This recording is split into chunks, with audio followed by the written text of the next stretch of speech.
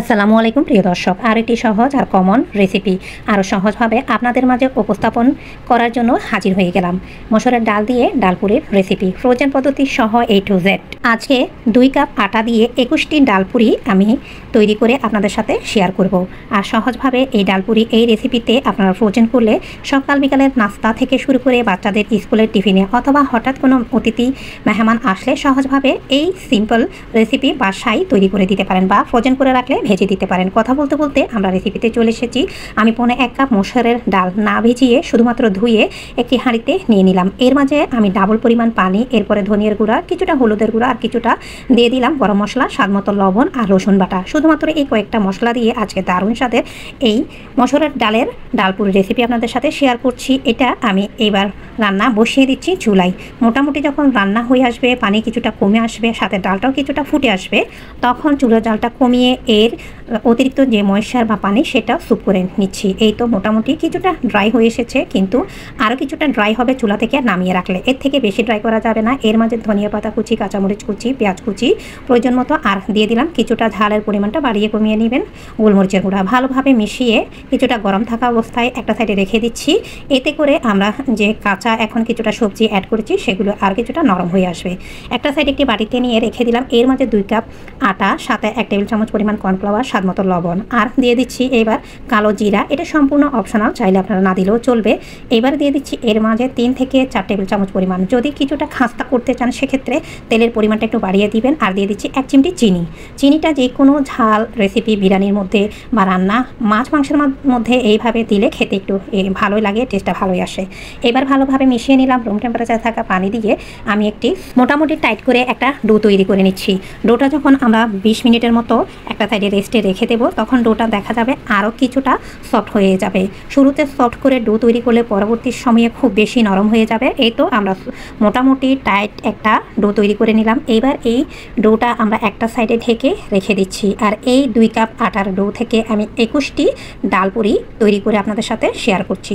আর আপনারা এই রেসিপিতে ফলো করে ফ্রোজেন করতে পারেন যে কোনো সময়, সকাল বিকালের নাস্তা অথবা বাচ্চাদের স্কুলের টিফিনে, কিংবা হঠাৎ যদি বাসায় মেহমান আসে আপনারা তৈরি করে দিতে পারেন। এবার 20 মিনিট পরে ফিরে এসে আমি আমার প্রয়োজন মতো লেচি করে নিচ্ছি। লেচিগুলি আপনারা বড় ছোট করে নিতে পারেন।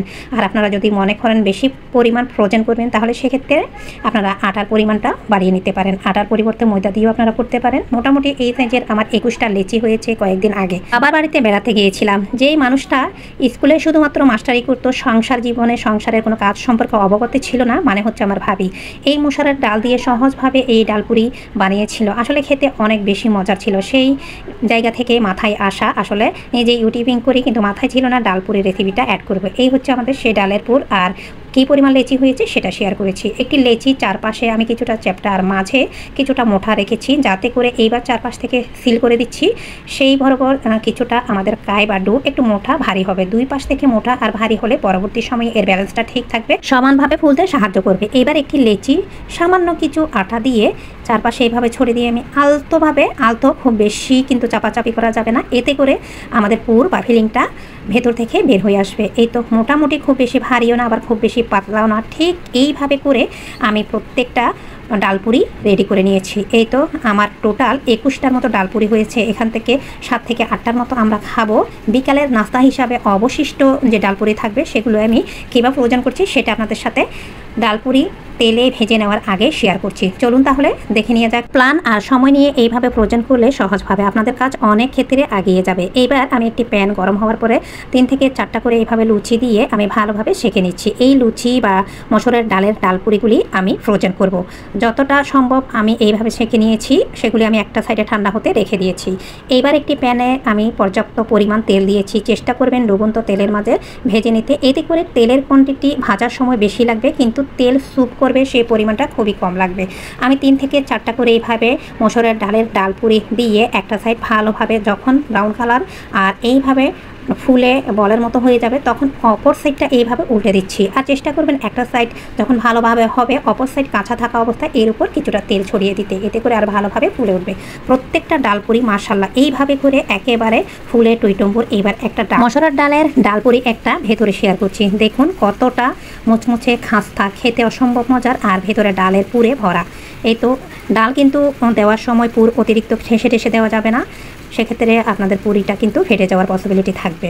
এবার আমি একটা খেয়ে আপনাদের সাথে অবশিষ্ট যে ডালের পুর বা ফিলিং বেঁচে গিয়েছিল সেই ডালের ফিলিং বা পুরগুলি আমি কিছুটা পেঁয়াজ আর সরিষার তেল দিয়ে আর একটা চিকেন দিয়ে রাত্রে ভর্তা বানিয়ে খেয়ে নিয়েছিলাম। এবার ফ্রোজেন পদ্ধতি, এই সমস্ত আমি ডাল পুরি এবার একটি হাঁড়িতে এইভাবে রেখে দিচ্ছি।